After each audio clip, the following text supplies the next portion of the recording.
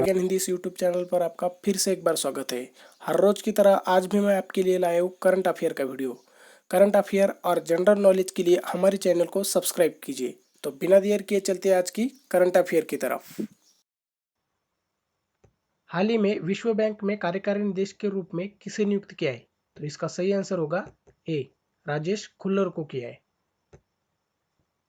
अगर नवतेज बल की बात की जाए तो ये माइक्रोसॉफ्ट इंडिया के एग्जीक्यूटिव डायरेक्टर थे।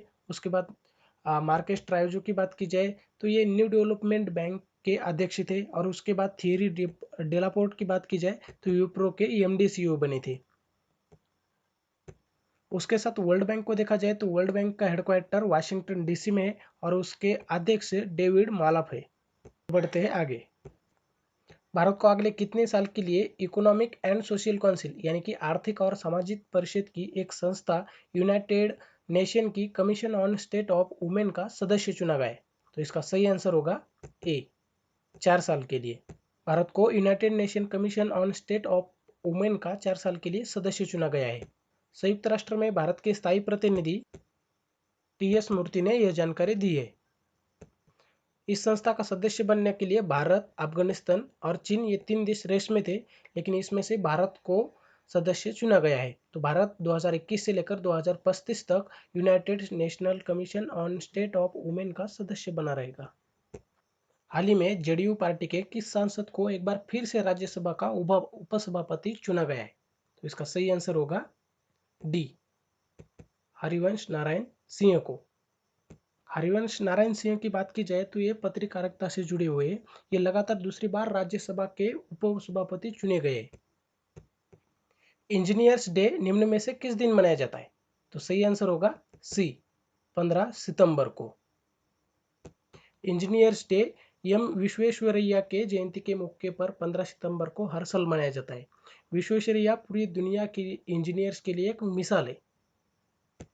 विश्वेश्वरैया की बात की जाए तो इनका जन्म 15 सितंबर 1861 में हुआ था। ये एक तेलुगु परिवार से बिलोंग करते हैं और उनके पिता श्रीनिवासन शास्त्री संस्कृत के विद्वान और आयुर्वेद के चिकित्सक थे। विश्वेश्वरैया को 1955 में भारत रत्न से सम्मानित किया गया है। उत्तर प्रदेश सरकार ने आगरा के निर्माणाधीन मुगल म्यूजियम का नाम बदलकर किसके नाम पर करने की घोषणा की है? तो सही आंसर होगा बी, छत्रपति शिवाजी महाराज के नाम पर। छत्रपति शिवाजी महाराज की बात की जाए दोस्तों, उनके पिताजी का नाम शहाजी राजे भोसले था, उनके माताजी का नाम जीजाबाई था। उनका जन्म शिवनेरी किले पर 19 फरवरी 1630 में हुआ और उनका राज्याभिषेक 6 जून 1674 में हुआ और वो भोसले घराने से बिलोंग करते हैं। छत्रपति शिवाजी महाराज का निधन 3 अप्रैल 1680 में रायगढ़ किले पे हुआ और उनकी समाधि भी अभी भी रायगढ़ किले पे है। हाल ही में जापान के नए प्रधानमंत्री के रूप में किसे चुना गया है? तो सही आंसर होगा ए, योशिहिदे सुगा को। जापान के पहले प्रधानमंत्री शिंजो आबे थे इनसे पहले, लेकिन उनके स्वास्थ्य के कारण उन्होंने पिछले ही महीने इस्तीफा दे दिया है। अभी जो प्रधानमंत्री बने हैं योशिहिदे सुगा, जो पिछले प्रधानमंत्री शिंजो आबे के काफी करीबी माने जाते हैं उनको। योशिहिदे सुगा 71 साल के हैं। उनको अपनी ही पार्टी ने चुने जाने के लिए, मतलब सत्तारूढ़ पार्टी ने चुने जाने के लिए क्षेत्रीय प्रतिनिधियों ने 534 में से 377 उनको वोट मिले। इसलिए जापान के प्रधानमंत्री अभी योशिहिदे सुगा है। हिंदी महासागर में शांति और सुरक्षा सुनिश्चित करने के उद्देश्य से अमेरिका ने किस देश के साथ रक्षा सहयोग कार्य ढांचे पर हस्ताक्षर किए? तो सही आंसर होगा डी, मालदीव देश के साथ। हिंदी महासागर में शांति और सुरक्षा सुनिश्चित करने के उद्देश्य से मालदीव देश के साथ एक रक्षा सहयोग कार्य ढांचे पर अमेरिका ने हस्ताक्षर कर दिए। और ये जो घोषणा है ये अमेरिका रक्षा विभाग पेंटागन की तरफ से की गई है। पेंटागन ने कहा है कि फिलाडेल्फिया में 10 सितंबर को दक्षिण और दक्षिण पूर्व एशिया के लिए उप सहायक रक्षा मंत्री रेड वर्नर और मालदीव की जो रक्षा मंत्री है वरीना दीदी ने रक्षा सुरक्षा समझौते के लिए कार्य ढांचे पर हस्ताक्षर किए। किस देश की टेनिस खिलाड़ी नाओमा ओसाका ने US ओपन फाइनल मुकाबले में बेलारूस की टेनिस खिलाड़ी विक्टोरिया एजारिका को हराकर अपने तीसरे ग्रैंड स्लैम जीत लिया है? तो सही आंसर होगा डी, जापान। जापान की नाओमी ओसाका ने यूएस ओपन फाइनल मुकाबले में बेलारूस को टेनिस खिलाड़ी विक्टोरिया एजारिका को हराकर अपना तीसरा ग्रैंड स्लैम जीत लिया है। तो अगर नाओमी ओसाका की बात की जाए तो वो 22 वर्षीय है। इसने ऐतिहासिक जीत के साथ विश्व रैंकिंग में तीसरे नंबर पर वो पहुंच गई है अभी। नाओमी ओसाका पहली एशिया की ऐसी खिलाड़ी बन गई है जिन्होंने 3 ग्रैंड स्लैम अपने नाम किए हुए हैं। हाल ही में किस देश ने अफगानिस्तान सरकार और तालिबान के बीच कतर में होने वाले अंतर अफगानिस्तान वार्ता के शुरुआती समारोह में भाग लेकर तालिबान पर अपनी बदलती रणनीति का संकेत दिया है?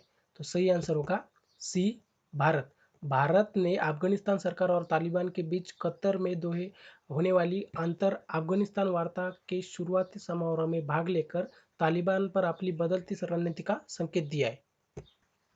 प्रधानमंत्री नरेंद्र मोदी हाल ही में किस राज्य की जलपूर्ति और सीवर से जुड़ी 543.28 करोड़ की विभिन्न परियोजनाओं का उद्घाटन किया और आधारशिला रखी? तो इसका सही आंसर होगा बी, बिहार। प्रधानमंत्री नरेंद्र मोदी ने बिहार की राज्य की जलपूर्ति और सीवर से जुड़ी 543.28 करोड़ की विभिन्न परियोजनाओं का उद्घाटन किया और आधारशिला रखी है। और ये जो परियोजना है वो केंद्र की नमामि गंगे और अमृत योजना से जुड़ी हुई है।